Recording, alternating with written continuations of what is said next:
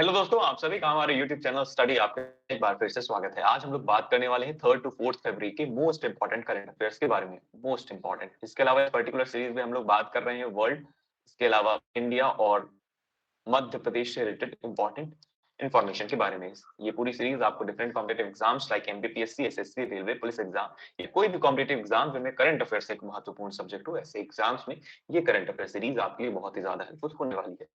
तो बिना time waste किए बात करते हैं आज की इंपॉर्टेंट न्यूज के बारे में। और उससे पहले अगर आप हमारे चैनल पर नए हैं तो आप हमारे यूट्यूब चैनल को सब्सक्राइब कीजिए, जिससे आपको इंपॉर्टेंट अपडेट्स मिलती रहे।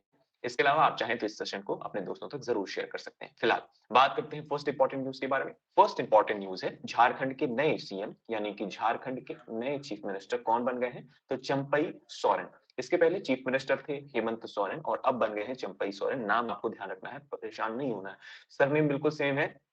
और आप रखना है हेमंत सोरेन ने रिसेंटली रिजाइन किया है। क्यों रिजाइन किया? क्योंकि उन पर एलिगेशन लगा था मनी लॉन्ड्रिंग केस से रिलेटेड, है ना। तो मनी लॉन्ड्रिंग केस में वो विक्टिम पाए गए और इसकी वजह से उन्हें अरेस्ट किया गया ईडी के द्वारा यानी इलेक्शन डायरेक्टरेट के द्वारा, और उन्होंने रिजाइन दे दिया अपने पद से।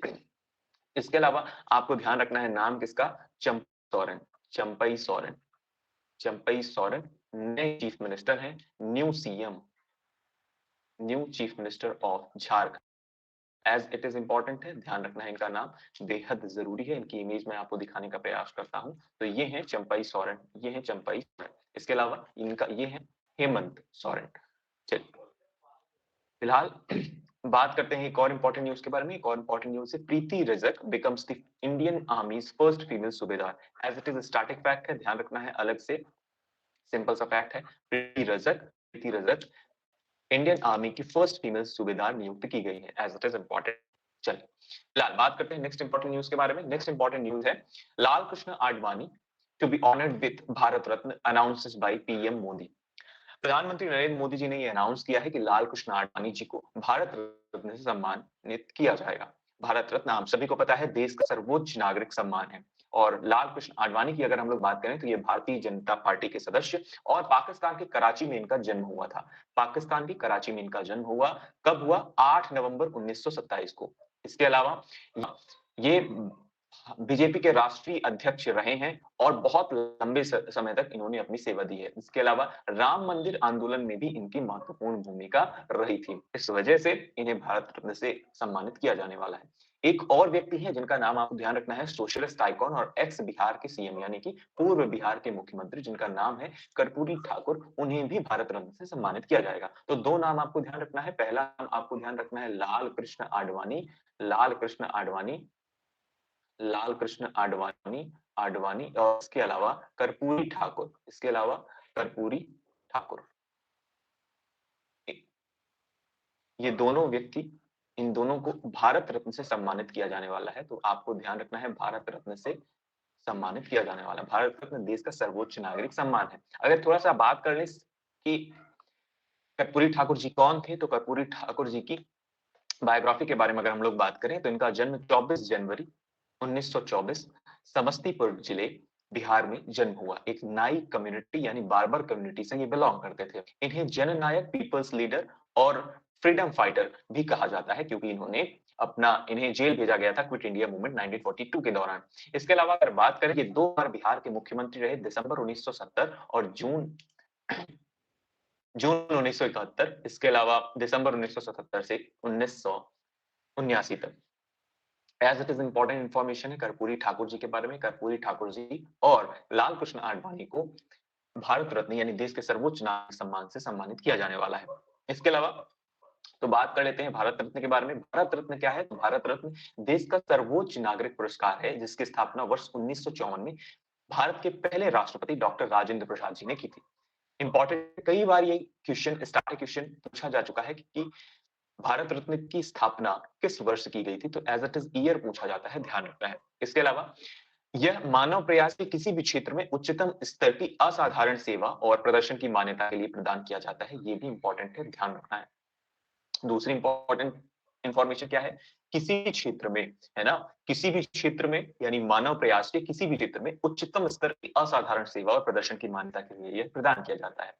यह पुरस्कार मूल रूप से केवल पहले जीवित लोगों को ही दिया जाता था, लेकिन 1966 में मरणोपरांत यानी पोस्थुमस अवार्ड की अनुमति देने के लिए मानदंड बदल दिए गए और भारत रत्न के लिए सिफारिश प्रधानमंत्री द्वारा भारत के राष्ट्रपति को की जाती है। भारत रत्न पुरस्कारों की संख्या किसी विशेष वर्ष में अधिकतम 3 तक सीमित है। तो ध्यान रखना है, अगर आपसे पूछ लिया जाए कि भारत रत्न एक साल में कितने व्यक्तियों को दिया जा सकता है, तो एज इट इज इंपॉर्टेंट ध्यान रखना है, सिर्फ 3 व्यक्तियों को एक पर्टिकुलर साल में दिया जा सकता है, उससे ज्यादा नहीं दिया जाएगा। तो आपसे अगर पूछा जाए 2024 में किन 2 व्यक्तियों को भारत रत्न से पुरस्कृत किया जाने वाला है, तो वो 2 नाम आपको ध्यान रखने हैं, लाल कृष्ण आडवाणी और दूसरा नाम आप सभी को ध्यान रखना है कर्पूरी ठाकुर, जो कि बिहार के पूर्व चीफ मिनिस्टर रहे हैं। वो उन्हें उन्हें मरणोपरांत ये पुरस्कार दिया जाने वाला है। ठीक है, एज इट इज ध्यान रखना है। इसके अलावा पहला भारत रत्न पुरस्कार किसे मिला था, तो सीवी रमन जी को मिला था। ध्यान रखना है, सीवी रमन जी को ये अवार्ड दिया गया था उनके विज्ञान में योगदान के लिए वर्ष 1954। वर्ष 1954 में ही इसकी स्थापना की गई और पहला अवार्ड किसे दिया गया, सीवी रमन जी को दिया गया। भारत में सबसे कम उम्र में भारत रत्न पाने वाले व्यक्ति कौन है, सचिन तेंदुलकर, जिन्हें वर्ष 2014 में यह पुरस्कार मिला जब वह 40 वर्ष के थे। और भारत रत्न पुरस्कार के पहले मरणोपरांत प्राप्त करता है पूर्व प्रधानमंत्री लाल बहादुर शास्त्री 1966।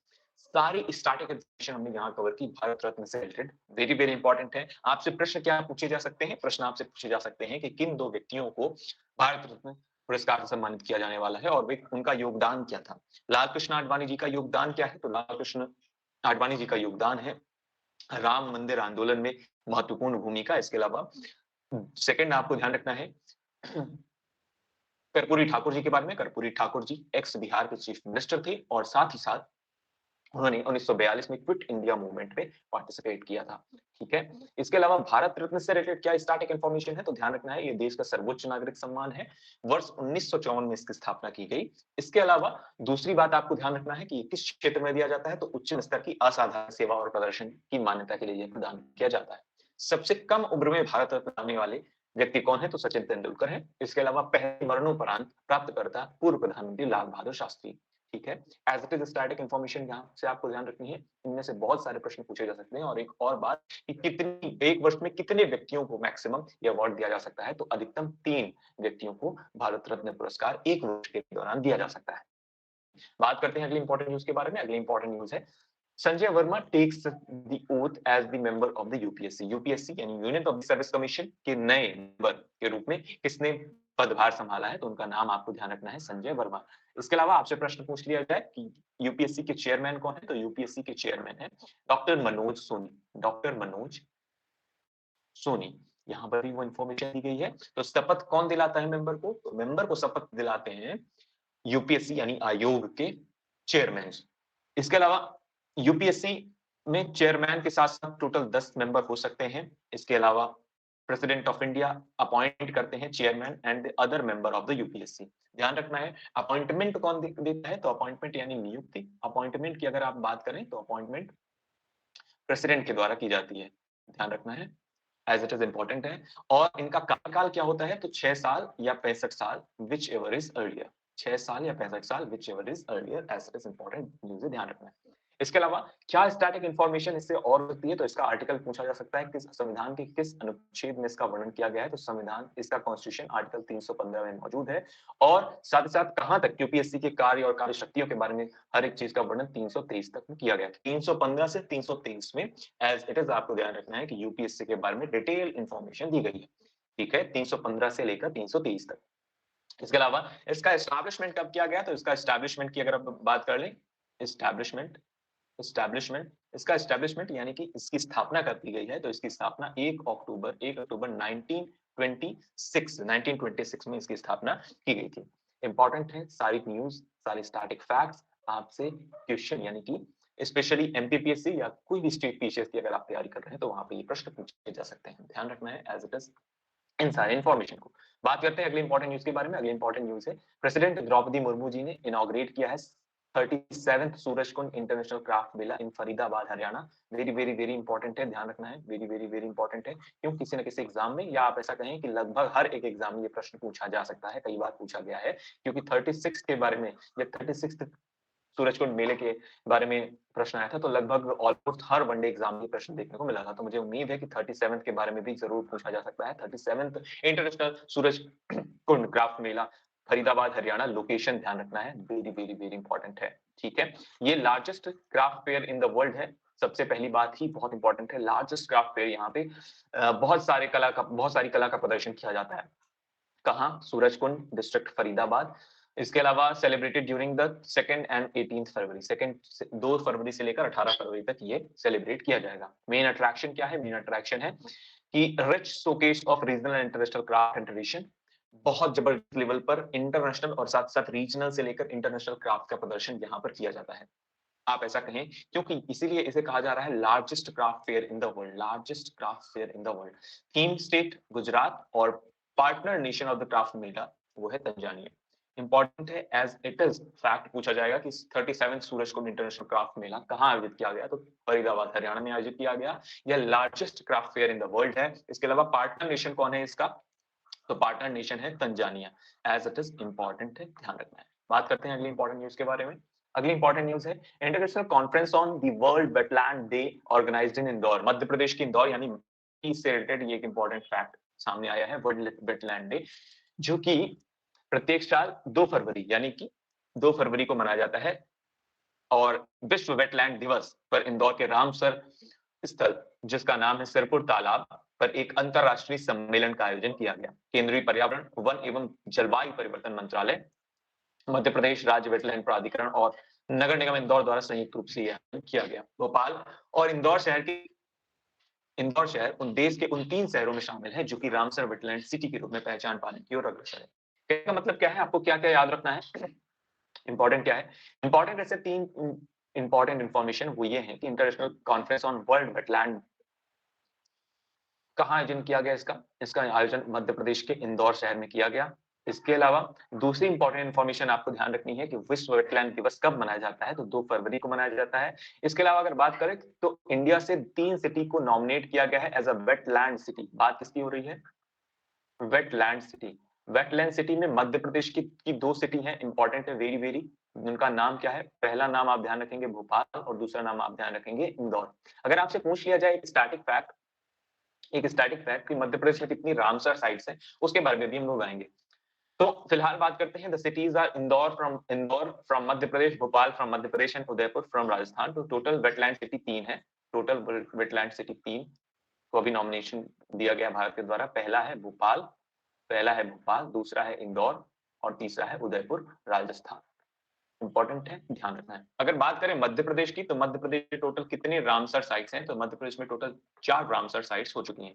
पहली रामसर साइट का नाम क्या है? तो बड़ा तालाब, जिसे आप भोज वेटलैंड के नाम से जानते हैं। Bhoj wetland as it is important है, ध्यान रखना है। भोज वेटलैंड, बड़ा तालाब पहली रामसर साइट्स है मध्य प्रदेश की, जिसे डिक्लेयर किया गया 2002 में। इसके अलावा 2022 में 2 वाटर बॉडीज जो कि मध्य प्रदेश के इंदौर शहर में है, यशवंत सागर लेक और दूसरी है सिरपुर लेक, और तीसरी रामसर साइट है शिवपुरी की सांख्य सागर लेक।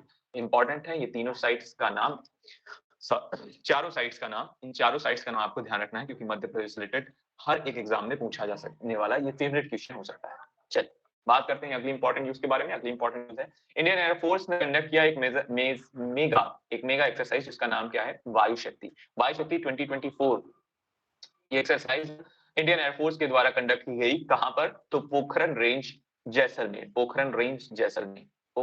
जैसलमेर में 17 फरवरी को ये आयोजित किया जाएगा। इसके अलावा अगर बात करें इसके बारे में, तो इस अभ्यास में भारतीय सेना के साथ संयुक्त अभियानों का भी प्रदर्शन किया जाएगा। वायु शक्ति अभ्यास का अंतिम संस्करण 16 फरवरी 2019 में आयोजित किया गया था, यानी इसके पहले 16 फरवरी 2019 में ये एक्सरसाइज कंडक्ट की गई थी, और अब उसके बाद 17 फरवरी को जैसलमेर की पोखरण रेंज में इसका अभ्यास किया जाएगा। एज इट इज इंपॉर्टेंट है, कहाँ आयोजन किया जाएगा ये भी इंपॉर्टेंट है, और एग्जैक्टली यही इंपॉर्टेंट है इससे आपको जो कि ध्यान रखना है। इसके अलावा दूसरी इंपॉर्टेंट इन्फॉर्मेशन इससे क्या हो सकती है? वायु शक्ति किसने, तो ये बहुत आसानी से आप रिलेट कर पाएंगे, इंडियन एयरफोर्स के द्वारा एक्सरसाइज कंडक्ट की जाएगी।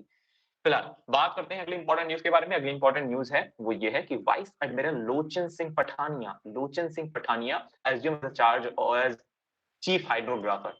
वाइस एडमिरल लोचन सिंह पठानिया को भारत सरकार ने मुख्य हाइड्रोग्राफर के रूप में नियुक्त किया गया है। हाइड्रोग्राफर का काम क्या होता है? तो हाइड्रोग्राफर बेसिकली वाटर डेप्थ को मापते हैं, साथ ही साथ खोज करते हैं, मलबे की खोज करते हैं जो कि नेविगेशन के लिए खतरा हो सकते हैं। वे वाटर लेवल और टाइड्स की भी इंफॉर्मेशन को कलेक्ट करते हैं। वाटर लेवल यानी कि समुद्र में कितना पानी है, कितने लेवल पे वाटर कहाँ पर कितना है, इसके बारे में साथ-साथ क्या टाइड्स आने वाले हैं या नहीं आने वाले हैं या किस तरह से आने वाले हैं, इसके बारे में भी एक इंफॉर्मेशन कलेक्ट करते हैं। बेसिकली ध्यान रखना है आपको कि इनका काम और किन्हें नियुक्त किया गया है एज़ अ चीफ हाइड्रोग्राफर, तो ध्यान रखना है लोचन सिंह पठानिया। लोचन सिंह पठानिया इंपॉर्टेंट है।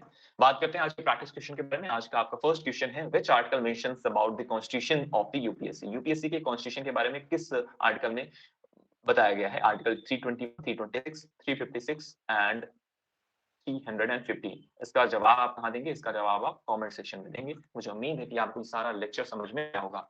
इसके अलावा और आप आसानी से इन क्वेश्चंस का आंसर दे पाएंगे। World wetland day celebrated on which of the following date? 31st January, 25th of January, 2nd February,